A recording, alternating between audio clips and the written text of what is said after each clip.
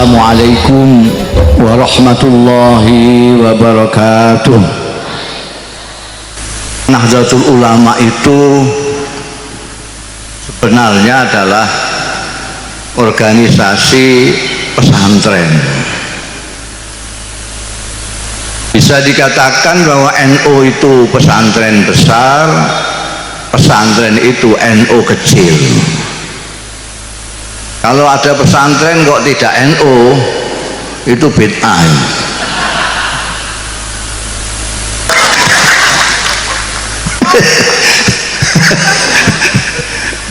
Sebab yang mendirikan Nahdlatul Ulama itu dulu ada Nahdlatul Wathon, ada Nahdlatul Thulab, macam-macam, yang isinya para santri ingin bergerak untuk memperjuangkan kemerdekaan Indonesia. Tapi oleh kiai-kiai ini, kalau tidak kiainya yang maju, santrinya itu nggak maju. Santrinya harus didahului oleh kiainya.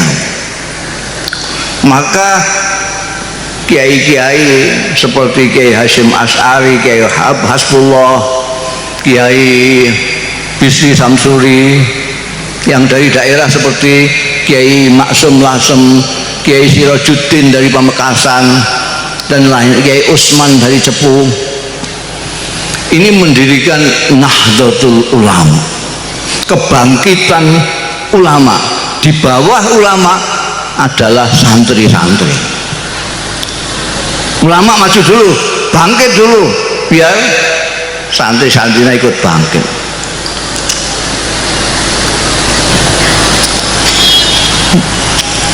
Sebetulnya Nahdlatul Ulama itu, kalau menurut saya, Nahdlatul Kiai kita. Sebab tidak sama. Ulama itu agak rancu. Kenapa? Karena ulama itu ada bahasa Arab, ada bahasa Indonesia, ada. Ulama bahasa Arab itu jamaknya alim. Tapi di Indonesia itu ulama mufrad.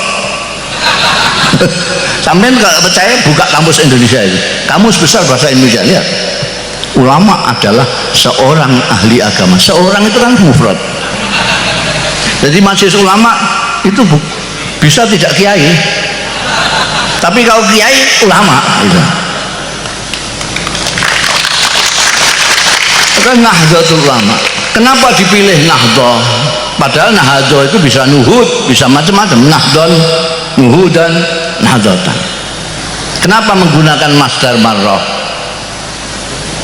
Karena keinginannya kiai-kiai pendiri Nahdlatul Ulama ini supaya bangkit sekali.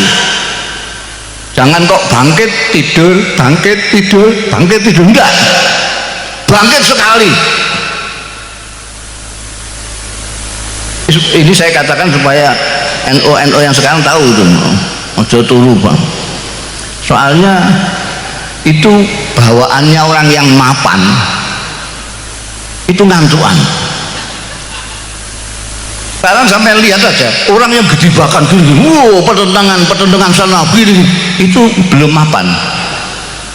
NU kalem sudah mapan, malah kekaleman kadang-kadang ketiduran.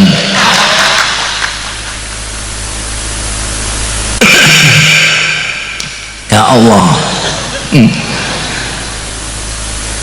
Jadi Nahdlatul Ulama itu didirikan oleh kiai-kiai pesantren, kiai-kiai pesantren, kiai-kiai pesantren yang tawadhu.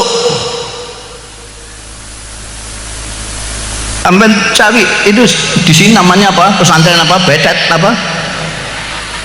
Hah? Betet. Dulu namanya ndak Miftahul Ulum waktu Kiai Sirajuddin. Pesantren Betet, ya toh? Sama dengan pesantren Tebuyung, pesantren Denanyar, pesantren Tambak Beras, pesantren Ploso, pesantren dari Boyo, pesantren Krapia, semuanya pakai nama desa. Itu kan kiai-kiai sekarang saja gaya-gaya. Raudhatut Thalibi, Miftahul Ulum, Hidayatul Mubtadi ini kiai-kiai sekarang. Kiai-kiai dulu enggak, namanya desanya itu saja. Pondok yang paling kuno misalnya Pondok Termas. Termas itu juga namanya desa.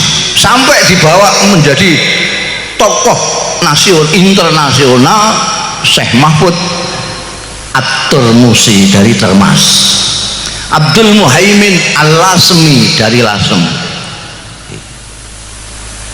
Syekh Khotib Al-Minangkabawi dari Minangkabau, Syekh Yasin Al-Fadani dari Padang.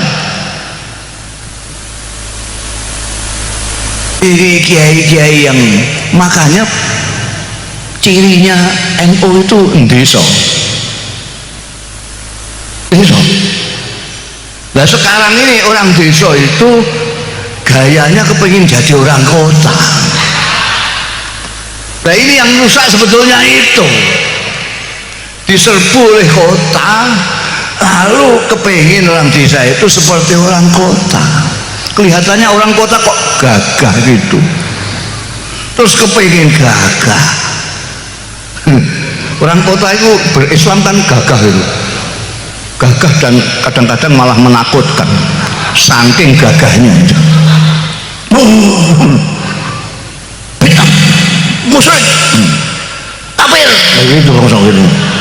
itu orang desa, wah gagah sekali ini baru bagus. Apa kiai-kiai di desa itu dulu saja tidak pernah melihat langit.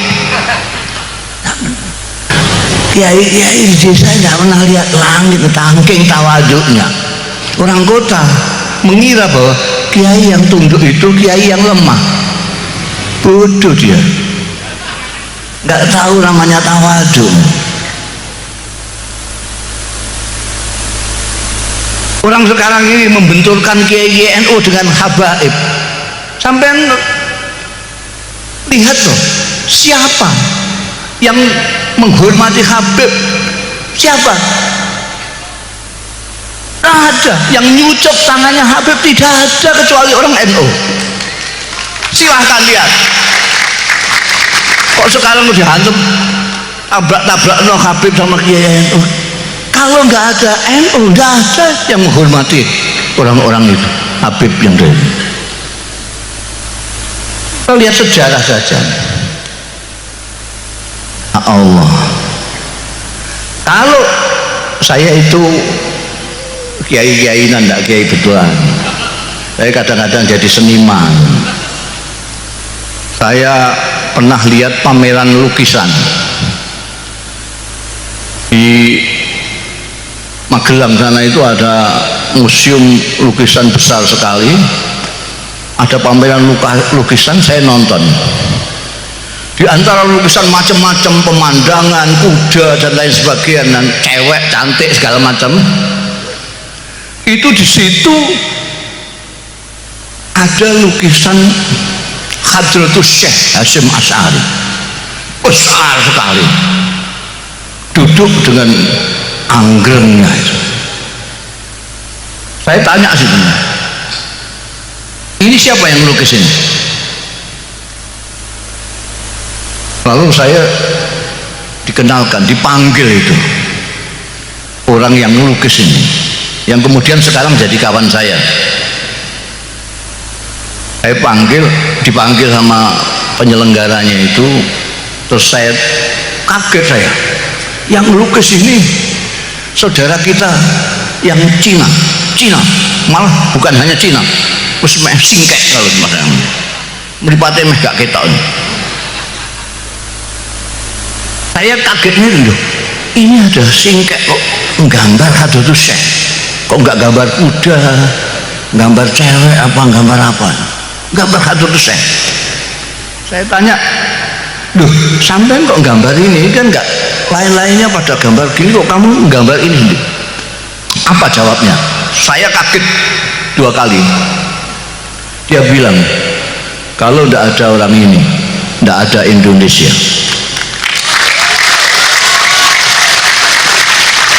Saya itu merinding. Duh, saya dekati sampai ini, dia ternyata tahu sejarah. Saya terus teringat saya menemukan buku bahasa Arab terbitan Kuwait yang menulis buku itu Sayyid Muhammad Asad Shihab. Dia adalah dulu wartawan yang mengcover berita revolusi Indonesia di Indonesia ini. Jadi mulai sebelum kemerdekaan beliau sudah mengcover berita-berita di Indonesia ini. Buku yang saya temukan itu bukan saya temukan, saya dihadiahi oleh Allah yarham Kiai Abdul Mukhid Muzadi, penasihatnya Rois Am Kiai Ahmad Siddiq dulu. Judulnya buku itu Al-Allamah Muhammad Hashim Asy'ari Wadi'u Labinati Istiqlali Indonesia.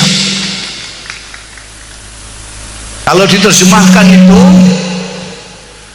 Maha Kiai Muhammad Hashim Asy'ari, peletak batu pertama kemerdekaan Indonesia.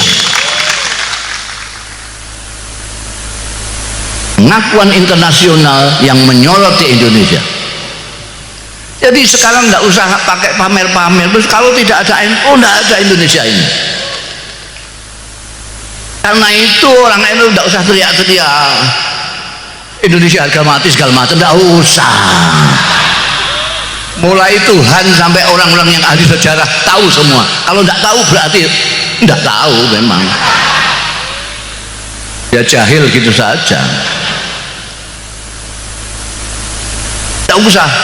Saya dipanggil di mana-mana, diundang untuk seminar, ceramah kebangsaan.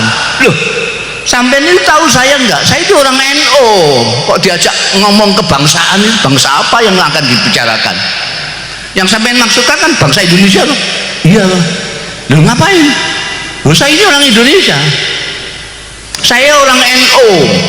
Sampai tahu enggak orang NU itu? Bedanya orang NU dengan yang lain. Sampai ini tahu enggak? Apa? Ya berarti enggak tahu, sampai tanya apa gitu. Orang NU itu adalah orang Indonesia yang beragama Islam. Camkan ini. Orang NU adalah orang Indonesia yang beragama Islam. Saya ulangi lagi, orang NU adalah orang Indonesia yang beragama Islam. Bukan orang Islam yang kebetulan di Indonesia. Bukan turis orang NU itu. Paham sampean? Dulu sampean dengan namanya Azhari, M-Top yang ngebom di Indonesia ini. Orang mana? Bukan orang Indonesia. Bisa dipahami lah sedikit kalau ngebom Indonesia, karena dia bukan orang Indonesia. Tapi kalau ada orang Indonesia kok ngebom Indonesia, itu otaknya miring itu. Orang NU tidak usah diajari soal menyintai ini. Saya ini kemarin satu-satunya kiai atau kiai pertama, mudah-mudahan akan terus kiai pertama yang mendapat anugerah tentang hak asasi manusia, pejuang hak asasi manusia. Saya pidato di hadapannya orang-orang pinter-pinter. Wah, tidak ada yang tidak dokter itu, profesor dokter. Padahal saya itu intelek Kendilen, pesantren tus yang tidak pernah sekolah, kecuali sekolah intelek Kendilen itu dari Kendil itu lah, ngeliwat sendiri di pesantren itu. Saya hanya mondok di Lirboyo, kemudian di Kerapiak Jogja, kemudian di ayah saya sendiri Rembang karena kurang biaya. Saya ngomong sama hadirin ketika penyerahan anugerah itu, saya tidak tahu apa yang namanya HAM yang dicetuskan di Barat pada abad ke-7. Saya tidak tahu apa itu nasionalisme. Saya tidak tahu. Isme itu dari Barat saya tidak tahu. Kalau Gus Dur tahu karena dia pernah sekolah, karena beliau intelek, orang kota.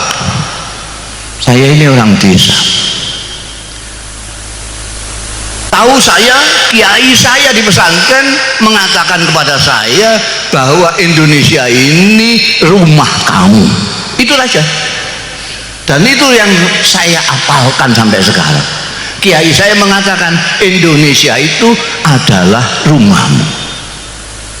Kamu sujud di tanah Indonesia itu, kamu menghirup udara Indonesia itu. Itu saja. Saya tidak tahu ini ada kaitannya dengan nasionalisme atau tidak. Nah, ini kebanyakan kiai NU itu begitu.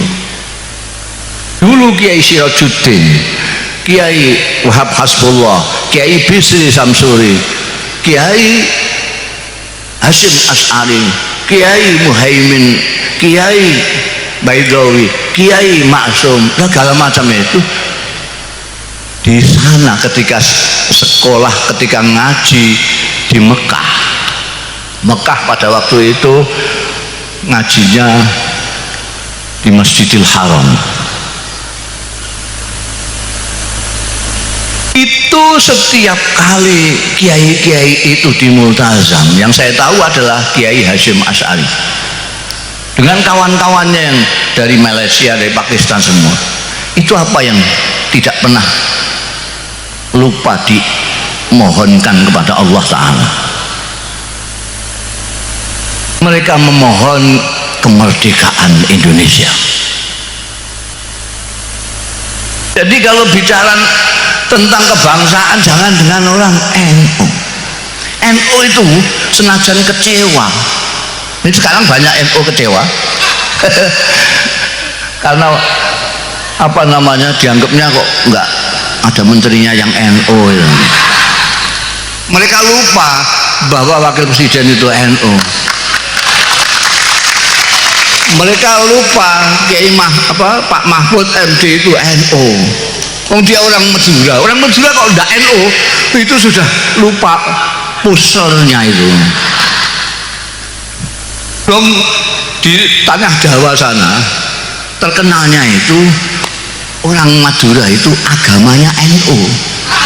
Itu terkenalnya di mana-mana. Kok ada orang Madura kok tidak NU, itu muskil saya. Ini kesambet di mana? Ya. Itu sekarang banyak yang kecewa, ya Allah. Biasanya menteri agamanya kan NU. Kok sekarang enggak NU? Nah, apa itu? Tentara. Loh, tentara apa enggak boleh NU? Loh, orang itu enggak ngeliat ini mau bupati aja NU kok. Malah pembantu pengurus wilayah NU. Bupati tadi itu. Jadi, tapi bagaimanapun kecewanya orang NU dengan Pak Jokowi yang tidak memasukkan orang NU ini kok mau sidik gitu maksudnya. Tapi tidak akan macam-macam karena kesetiaan, loyalitas daripada Nahdlatul Ulama itu kepada Indonesia, bukan kepada pemerintah. Loh, kita kalau mau kecewa zaman Pak Harto 32 tahun orang NU itu dipinggirkan paling pinggir. Sampai yang tua-tua ini masih ingat 32 tahun NU dipinggirkan. Ketika NU ikut tahun 71 ikut pemilu itu yang namanya tentara yang bikin Golkar itu nindas NU luar biasa, banyak kiai hilang, banyak macam-macam, tapi tetap dalam pemilu NU masih berkibar menyaingi Golkar yang pakai kekerasan itu. Habis gitu saking takutnya sama NU terus dibonsai, dijadikan P3. Bareng-bareng yang lain Parmusi sak piturute itu yang tidak punya umat itu, yang punya umat mau NU tok. P3 itu warisan barokah dari Pak Harto.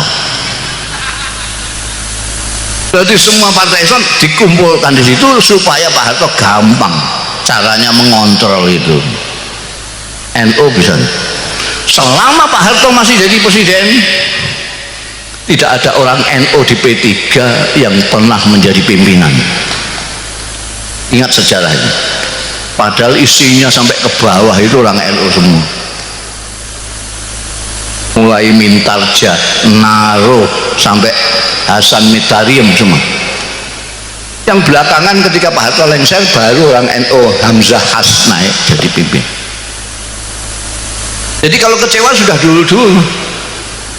Boleh NU kecewa, tapi tidak bakalan sampai terus NU sekarang sudah Indonesia bukan harga mati. Nggak bisa.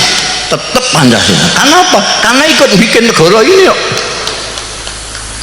NU ikut bikin ini. Pancasila, Undang-Undang Dasar 45, Garuda itu Bhinneka Tunggal Ika itu ikut terlibat pembikinannya itu. Dan itu basisnya di desa-desa. Di desa-desa. Di desa-desa itu, nah ini yang perlu saya tegaskan, saya ulang-ulang untuk orang-orang desa ini. Sebab orang NU itu orang desa. Orang desa itu kalau dari segi normanya itu paling dekat dengan ajarannya Rasulullah Sallallahu Alaihi Wasallam. Kenapa? Karena orang desa itu dipimpin oleh kiai yang tidak formal, kiai yang tidak pejabat, tapi diikuti oleh orang-orang. Kiai-kiai itu mempunyai ilmu yang tidak sembarang ilmu, ilmu yang bisa dipertanggungjawabkan ila yaumil qiyamah. Pertanggungjawaban ilmiah yang paling otentik itu kiai-kiai NU, karena bisa dipertanggungjawabkan sampai yaumul hisab. Ustadz-ustadz yang sering bicara, Rasulullah Shallallahu Alaihi Wasallam telah bersabda, innamal a'malu binniyat. Seolah-olah Kanjeng Rasul itu tetangganya. Nanti akan ditanya. Sebab orang yang mengatakan mangkadzaba alayya muta'ammidan falyatabawwa maq'adahu minan nar. Orang mengatakan ini dawuhnya Nabi tapi bukan, tidak jelas dari mana. Falyatabawwa maq'adahu minan nar. Kalau kiai-kiai NU mengatakan innamal a'malu binniyat, dawuhnya Kanjeng Nabi, dia bisa mempertanggungjawabkan, saya dengar ini dari kiai saya. Terus ada mode baru, Islam yang pertentangan. Nah itu dari mana? Ya dari luar negeri. Negeri kalau bangsa yang saya ceritakan pertama tadi dari barat. Kalau yang saya ceritakan belakangan yang tentang keberagaman ini dari Timur Tengah. Timur Tengah kan gagah-gagah, galak-galak itu. Lalu timbullah orang-orang Jakarta galak-galak, pertentangan. Terus Surabaya juga galak, Pamekasan ikut-ikut galak.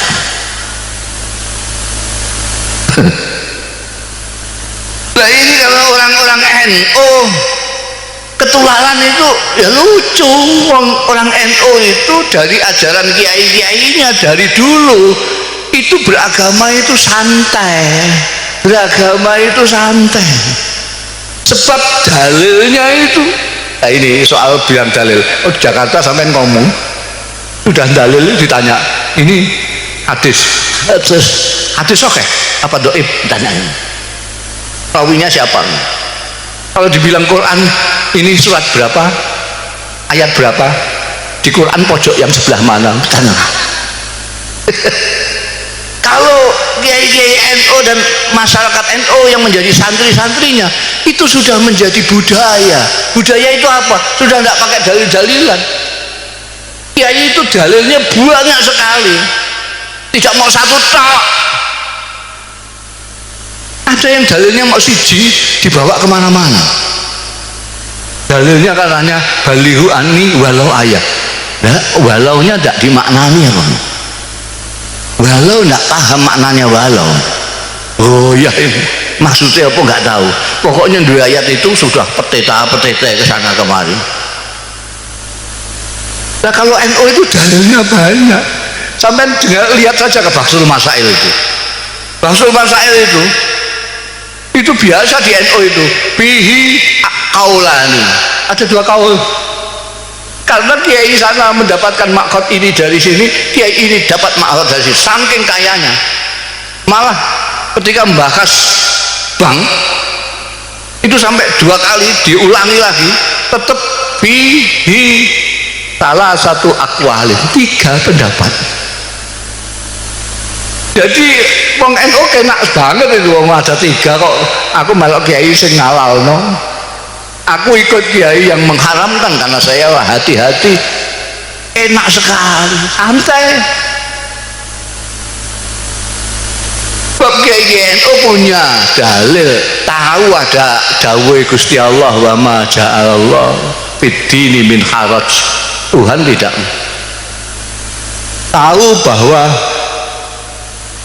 inna dina yusun, dawuh Kanjeng Nabi. Mau dengar siapa sampean kalau tidak mau dengar Kanjeng Nabi? Kalau soal agama mau dengar siapa? Ini hadis sahih. Kalau tanya ini hadis sahih apa enggak, mentari di Bukhari ada, di Muslim ada, di mana-mana ada. Sumbernya dari Siti Aisyah. Bukan ad-dinu yusun, dawuhnya Kanjeng Nabi bukan ad-dinu yusrun, tapi innad dina yusrun. Kalau tidak ngaji nggak tahu bedanya ad-dinu yusrun dengan innad dina yusrun. Innad dina yusrun, sungguh agama itu mudah. Kenapa kok orang-orang di sana pada kesulitan? Karena dawuhnya Kanjeng Nabi seterusnya, walai yusaddaddin illa ghalabah.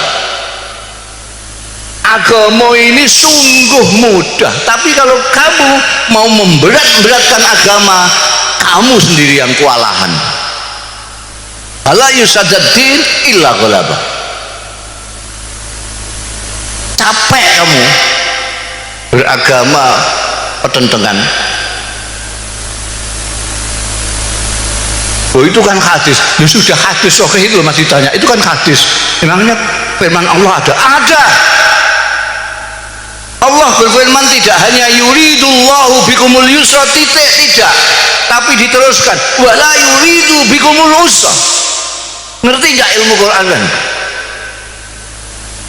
Tidak hanya yuridu bikumul yusra, yuridullahu bikumul yusra, tidak, terus yuridullahu bikumul yusra wala yuridu bikumul usra. Apa maknanya ini? Nggak tahu, ngaji. Gak mau ngaji, maunya pidato aja.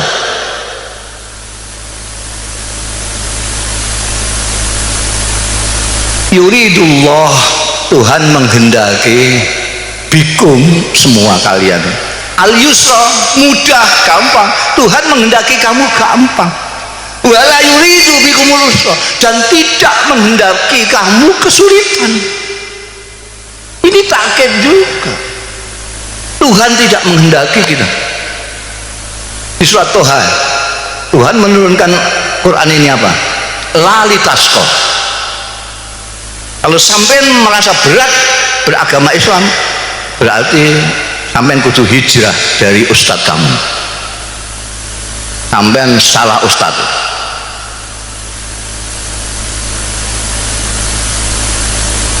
Ya enak sekali. Beragama itu senang, bukan beban. Kenapa? Karena kita mencintai Allah, tidak hanya takut Allah.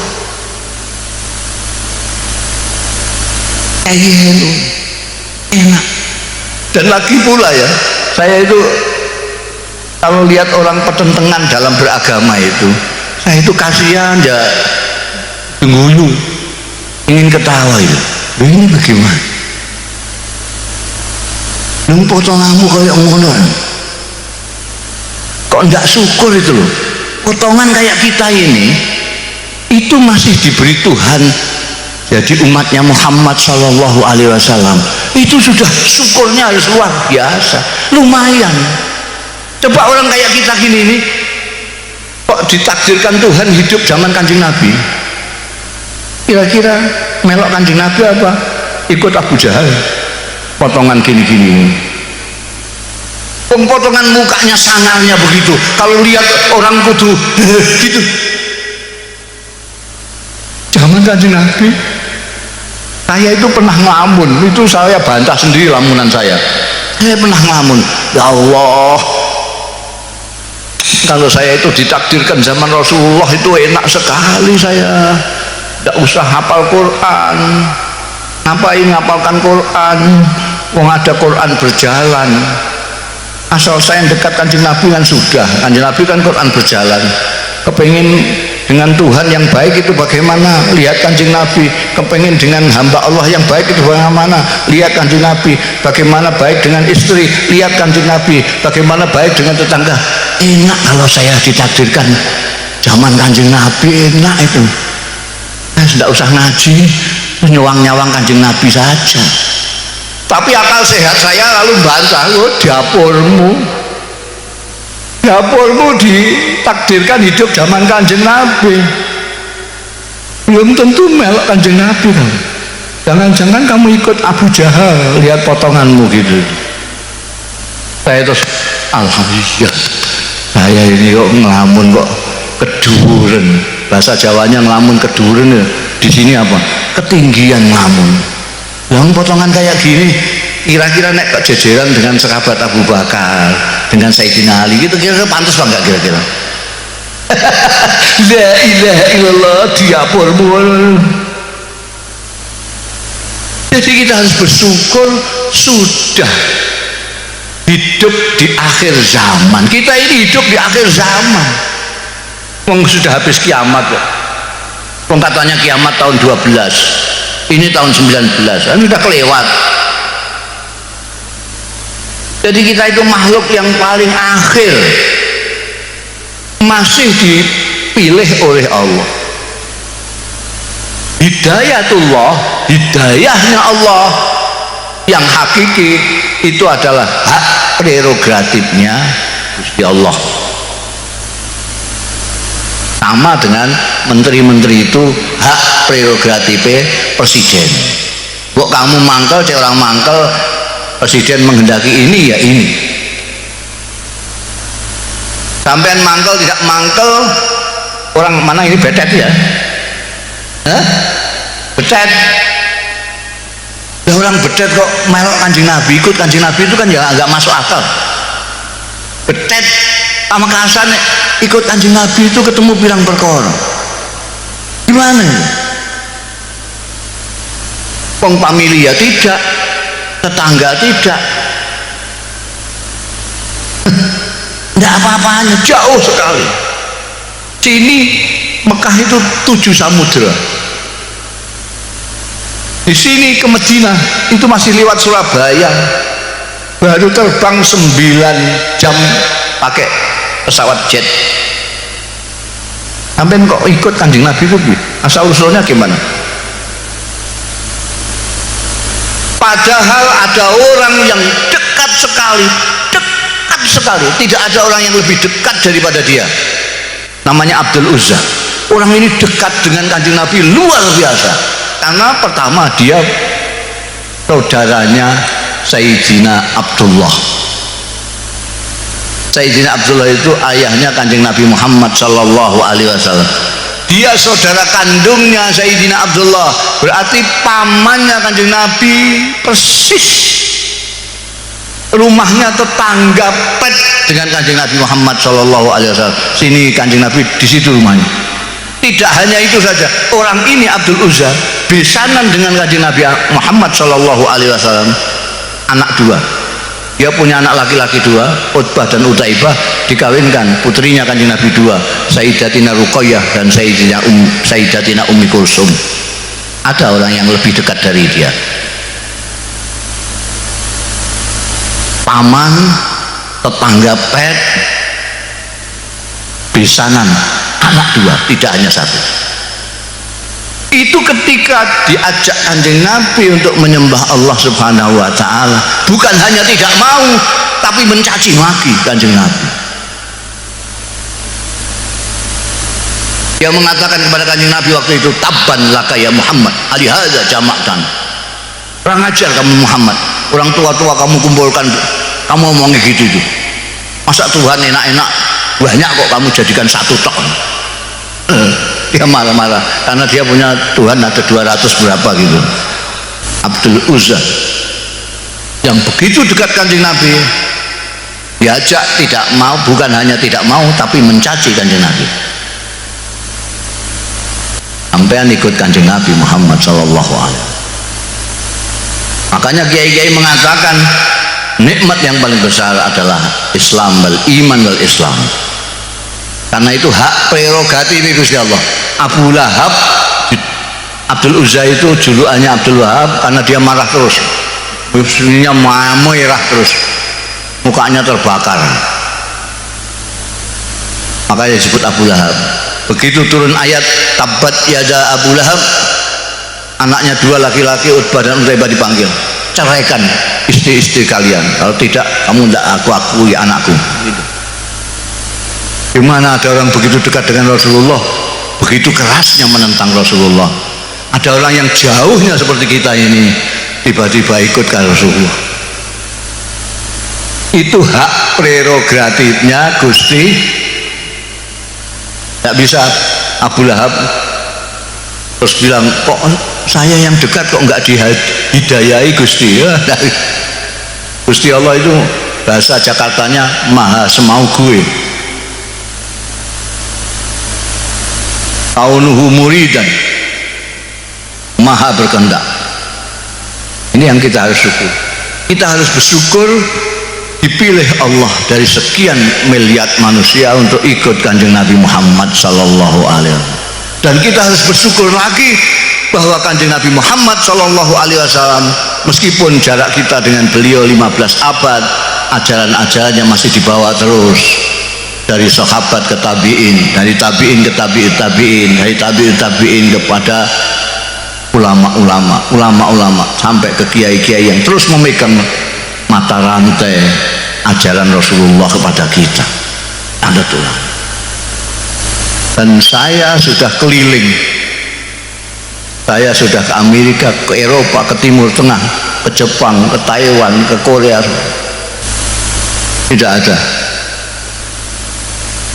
yang otentik Islamnya seperti Nahdlatul Ulama.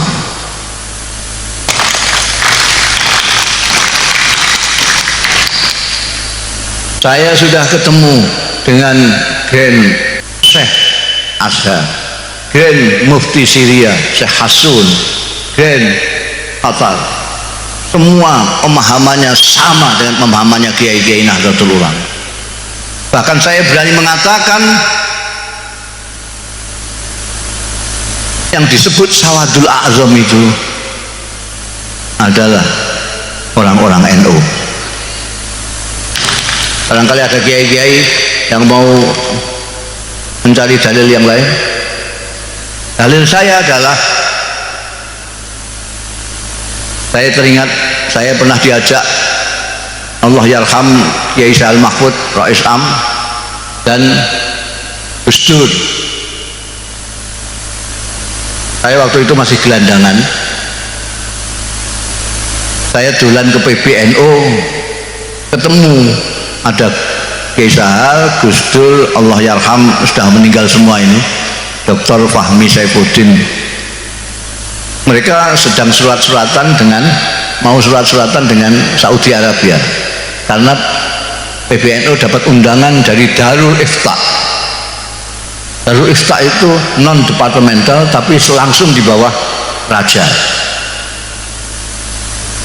Nah, tulisan saya bagus, jadi saya dipinjam tangan saya untuk nulis surat. Coba tuliskan surat ini. Tulis surat ke atase agama. Atase agama itu bukan lewat Deparlut, tapi lewat Darul Ifta. Karena diundang sana, di sini mau datang apa enggak? Jawab. Yang nulis saya.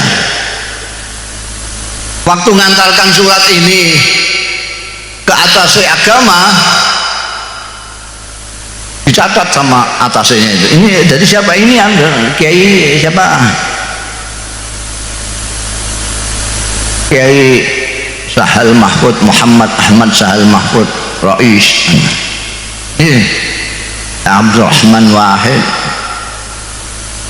wakil ketua umum Rais Tanfiziyah. Ini Dr. Fahmi Saifuddin, wakil ketua Tanfiziyah. Nah, saya ikut ditunjuk, padahal saya cuma nulis, penulis, tukang nulis tak ya. Ditunjuk kan bingung semua orang. Nah ini siapa? Mustafa Bisri. Apa ini? Gus Dur itu akalnya akeh. Ini juru bicara. Lalu mereka itu semua bisa ngomong kok. Bahasa Arab ya lebih fasih dari saya. Kok saya diangkat juru bicara? Saking pinternya ben saya katut mangkat itu aja. Betul katut mangkat di sana. Tepatnya cerita terus ditemui oleh Rais Darul Ifta, Rajani Wahabi, Abdullah bin Bas. Abdullah bin Bas temuin tamu-tamu itu dari mana-mana, ditemuin semua, tinggal kita delegasi dari NU nggak ditemuin. Beliau langsung masuk ke peristirahatan. Saya sudah seuzon, loh kok kita kok nggak dipanggil sendiri?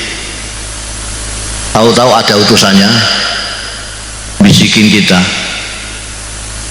Syekh bin Bas berkenan menerima di ruang istirahat beliau. Jadi Syekh bin Bas istirahat gini nih, kita di depan ngomong, tanya-tanya. Yang pertama kali ditanyakan itu orang NU, kamu itu anggotanya berapa? Gak ada yang jawab. Lah saya dituduh sama Dr. Fahmi, juru bicaranya. Ya saya terus ngomong 50 miliar ya Syekh. Waktu itu saya karang 50 juta Syekh. Dia itu dari begini terus jengkel 50 miliar. Begitu dia kaget, saya terus seneng saya tambahi, wa yumkin aksar min zalik ya Syekh.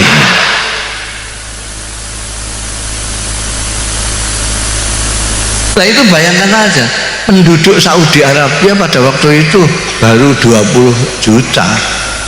Ini kalau ada organisasi kok 50 juta, kan 2 kali lipat penduduk Saudi lebih.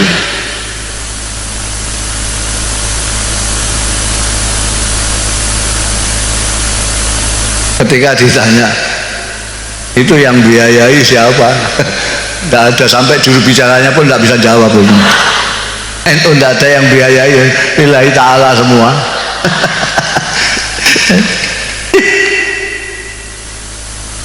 Ternyata menurut survei terakhir NU sekarang ini 80 juta.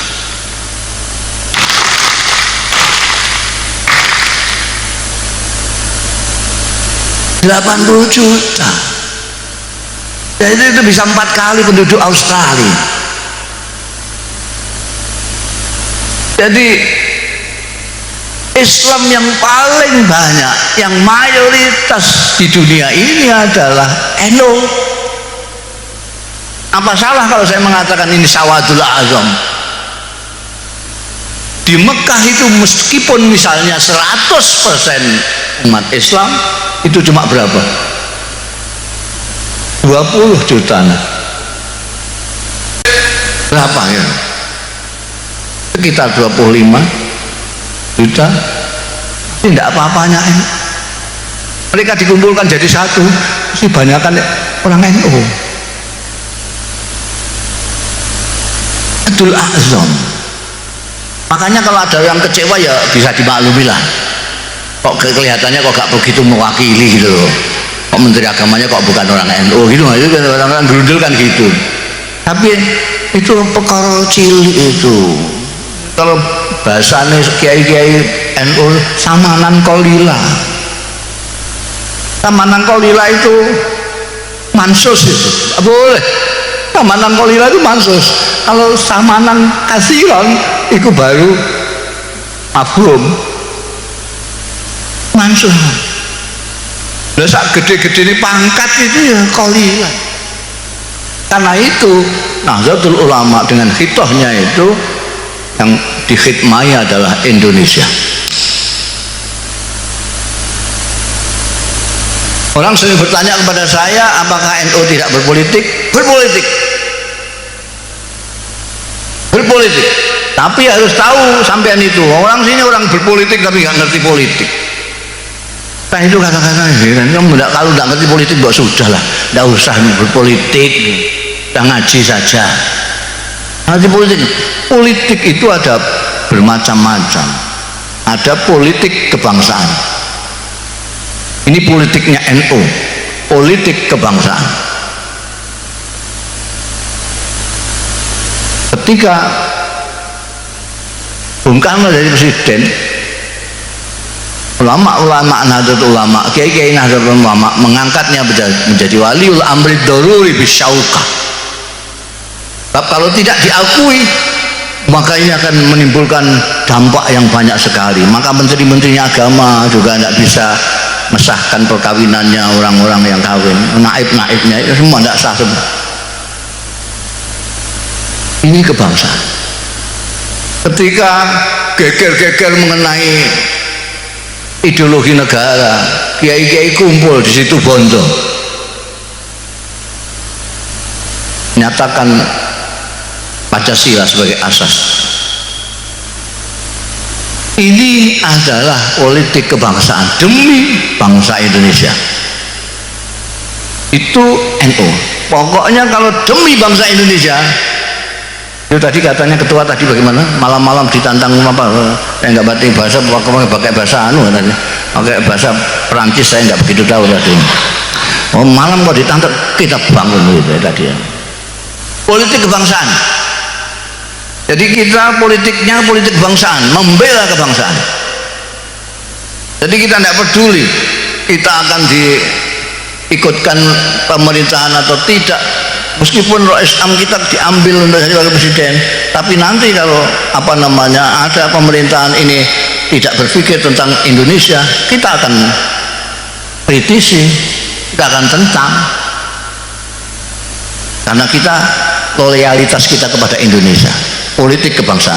Dua, ini yang agak sekarang sudah jarang. Dulu kiai-kiai itu cirinya adalah ini, politik kerakyatan. Jadi kalau ada rakyat waktu berkelahi sama pengusaha, maka kiai akan mesti membela rakyat. Guri-guri ini akhir-akhir ini terus nggak gitu ya. Rakyat dengan pengusaha, kiainya ikut pengusaha, rakyatnya mate. Asyik. Ini politik rakyat. Yang ketiga ini yang paling suka orang NU ini, ketarik syahwatnya besar sekali. Politik kekuasaan atau yang disebut politik praktis ini. Politik. Kenapa orang NU ada gak kuat syahwatnya ke politik praktis? Karena kita pernah menjadi partai dan sukses. Partai Nahdlatul Ulama itu sukses sekali. Tahun 55 itu kita hanya berapa bulan mempersiapkan, kita akan keluar dari Masyumi, kita bisa bersaing menjadi nomor 3 PNI, Masyumi, NU. PKI kalah dengan kita. Luar biasa. Nah, yang politik kebangsaan dan kerakyatan ini yang perlu kita pupuk terus untuk meneladani kiai-kiai kita yang,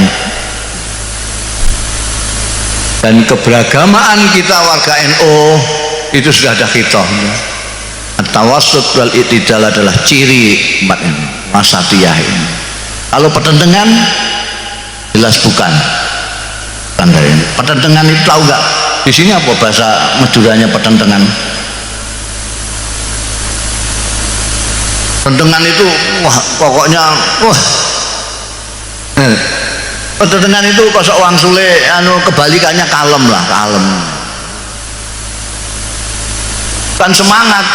Petentengan itu wah kalau tidak begini pengen marah terus gitu. Pengen marah. Oh, kita itu santai karena kita punya dalil banyak, jadi kita santai. Yang punya dalil sedikit, dan itu yang kenceng-kenceng itu mulainya dari kota.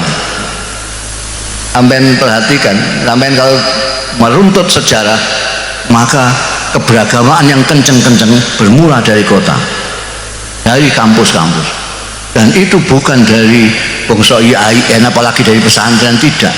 Itu dari sekolah-sekolah sekuler, sekolah-sekolah eksak. Koyo-koyo seolah-olah itu karena merasa baru, jadi terus semangatnya berkobar-kobar sampai lupa yang benar mana, yang tidak mana. Malah ada yang gayanya itu kita harus kembali ke Quran dan hadis.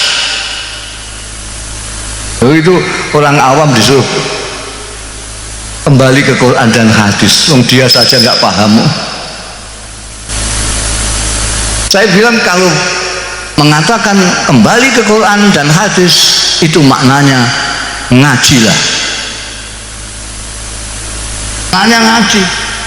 Kalau mengatakan Quran kembali ke Quran tapi yang dimaksud Quran terjemahan Depak, ya sama aja bohong. Tidak bisa. Quran ini tidak bisa diterjemahkan begitu saja, tidak bisa. Harus ngaji. Karena Quran, untuk mengetahui Quran, untuk memahami Quran itu harus ada ilmu, harus mengerti ilmu lughah bahasa Arab, harus mengerti badi', bayan, mengerti balaghah, harus mengerti ilmu Al-Quran, mengerti tafsirul Quran, mengerti asbabun nuzul. Banyak yang harus dipelajari. Enak saja lihat Syekh Google terus. Harus ngaji. Jadi tidak usah terpengaruh sampai orang-orang NU, sudah mantap saja lah, ikut kiai,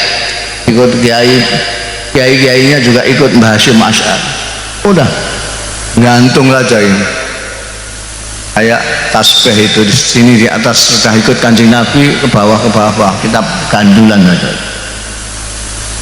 Kita ikuti ajarannya yang santai, kan? Gampang tapi jangan gemampang, jangan digampang-gampangkan, ya gampang sajalah, tidak usah disulit-sulit. Kita tidak perlu pertentangan. Kalau ada orang yang ajak kelahi, ya sudahlah, sana.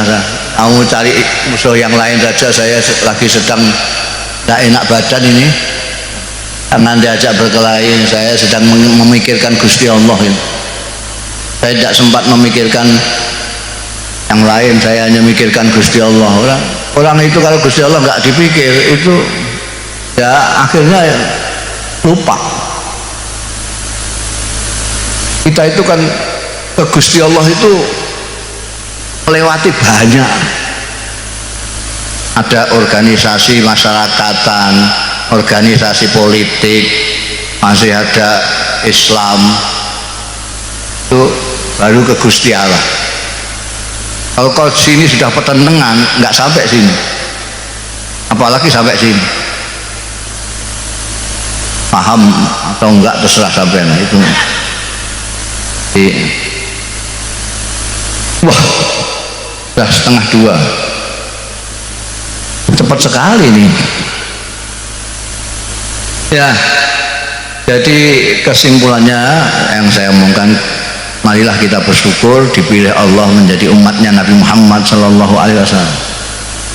Kita bersyukur dijadikan orang Indonesia. Kita bersyukur dijadikan orang Nahdlatul Ulama, orang NU. Itu ada orang yang paham betul bahwa NU itu benar, itu belum tentu masuk NU. Kenapa? Dia tidak dapat itu hak prerogatif Gusti Allah. Ada orang yang tahu Islam itu benar, Islam itu benar. Saya punya kawan banyak sekali yang non muslim. Kalau dia ngomong itu, saya itu tahu persis bahwa ini yang benar Anda. Nah kenapa kamu nggak ikut aku? Ya bagaimana? Mungkin. Jadi itu memang ada sesuatu yang hak prerogatif Gusti Allah. Mulanya sampean kalau ada orang moyoi, ya sudah terima saja. Alhamdulillah saya jadi orang NU, alhamdulillah itu. Oh NU kok mbok ikuti itu gimana? Itu banyak khurafatnya, banyak bid'ahnya. Ben biar aja, saya suka, alhamdulillah. Alhamdulillah. Aku ma'amalukum bala na'amalun. Nanti kita lihat di akhirat siapa yang lebih banyak surga. Demikian kurang lebihnya saya mohon maaf, khususnya kepada para kiai. Wallahu yuwaffiquna ila ma fi khairul Islam wal muslimin, khairu Indonesia wa Indonesiin, wa khairu nahdlatil ulama wan nahdin. Astaghfirullahal azim li wa lakum. Wallahul muwaffiq ila aqwamit thoriq. Wassalamualaikum warahmatullahi wabarakatuh.